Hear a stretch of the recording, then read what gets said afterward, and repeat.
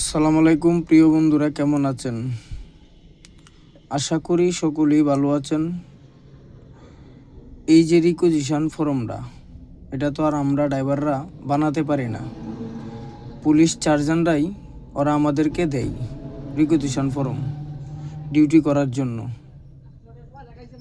গতকালকে আমি ঢাকা গিয়েছিলাম, রামপুরা আমার গাড়ি সার্জনে ধরার পরে সার্জনরে ফর্ম দেখালাম। সে মানতেছে না, বলতেছে আমি কত টাকা দিয়ে নিছি কিংবা কি। সে টাকা খাওয়ার জন্য আমার গাড়িটারে মামলা দিতেছে এক প্রকারের। আমি তারা বুঝে বললাম, সে বুঝতেই চাইতেছে না। আমি বললাম যে এটা তো আপনার জাতীয় নির্বাচনের রিকুইজিশন ফর্ম, নেত্রকোনা গাড়ি রিকুইজিশন করছে, তাহলে আর আপনি মামলা দিবেন কিভাবে? আমার কাছে তো কিন্তু কাগজই নেই। বলতেছে আপনার ফিটনেস, ডিট পিল, মামলা খাওয়া, এই সেই। আমি বললাম যে উনি এইসব দেখেই তো গাড়ি ধরছে নাকি?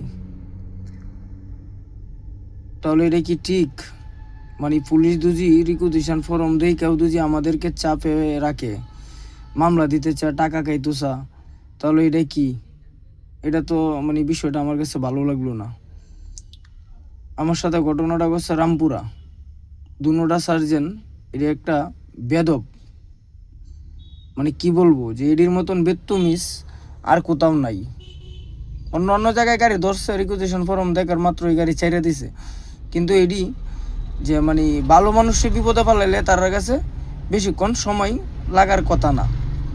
যেহেতু আমার কাছে রিকুইজিশন ফর্ম আছে, সব কিছু কাগজপাতি আমার জব্দ, তারপরেও আমার সাথে যেরকম এটা আচরণ করছে, তো এইভাবে ভালো একটা মানুষটা তারা বিপদে ফালতে গেলেও সময় বেশি লাগবে না। তা আশা করি সকল এই ভিডিওটা শেয়ার করে দিবেন। সবাই ভালো থাকবেন, ধন্যবাদ।